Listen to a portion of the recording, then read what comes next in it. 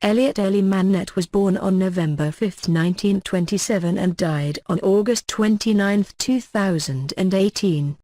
He was a Trinidadian musical instrument maker and steel pan musician, also known as father of the modern steel pan instrument. Born in Sans Souci, Trinidad, Mannette as a young child developed a passion for metal and tools for metalworking, and would become engaged in the evolution of the phenomenon of sounding steel. At the age of 11, he was a member of Alexander's ragtime band created by Alexander Ford. From the middle of the 1930s, percussion bands of different quarters of Port of Spain were in competition with each other. Legend says that Mannette was the first person to use a discarded oil barrel to build a steel pan. He sank the lid to create a tensed playing surface and fired the metal to improve the acoustic properties. From about 1939 to 1941, he performed with his own band, the Oval Boys, the name taken from the Oval Sports Pavilion opposite the band's rehearsal space. In 1951, TASPO, Steelband by TASPO, Trinidad All-Steel Percussion Orchestra, travelled to Great Britain to present the new musical instrument at the Festival of Britain. Mannette was a member and tuner for this orchestra, which consisted of leader figures of different Trinidadian steel bands.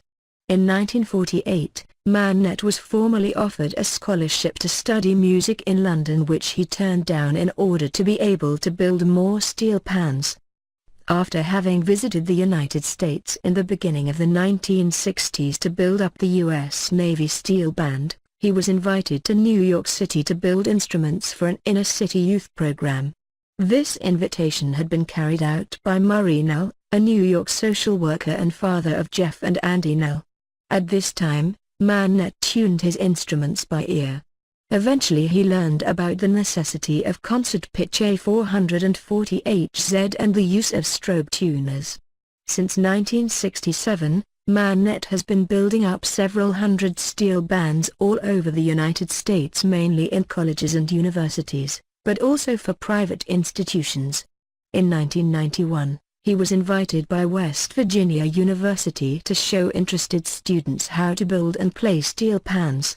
What was meant to be a guest semester eventually turned into a long-time relationship called the University Tuning Project and later on the company Mannette Steel Drums. Mannette is credited with several innovations which have proven to be essential for the evolution of steel pan.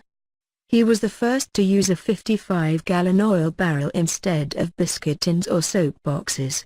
Furthermore, Mannette was the person to sink the top of the drum into a concave shape, thus having more space to place notes as well as achieving a better isolation between the different pitches. Ellie Mannette has developed many instruments of the steel pan family.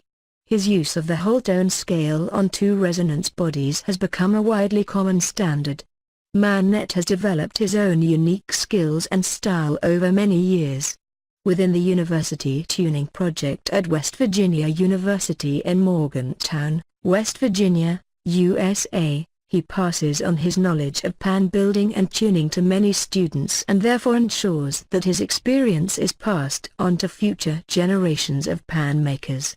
His creations can be admired in many museums and galleries including the Smithsonian Institution, the Metropolitan Museum of Art, and the Contemporary Art Gallery in New York. In 1969, Mannette was awarded the Hummingbird Medal, Silver, of Trinidad and Tobago for his innovations in pan making.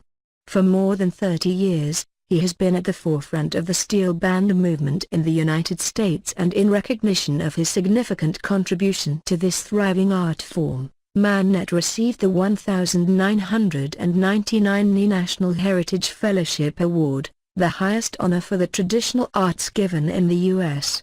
Also in November 2000, he received an honorary doctorate from the University of the West Indies and returned home to Trinidad, after a 33-year absence, to receive it. The same year he also received the Chaconi Medal Silver from his home country, for outstanding cultural achievement.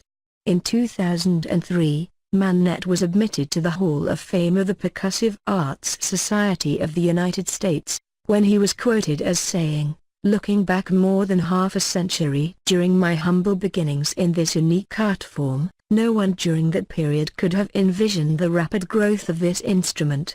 Through the years as I developed my skills, my entire mindset was sharing my knowledge with others for the betterment of this instrument.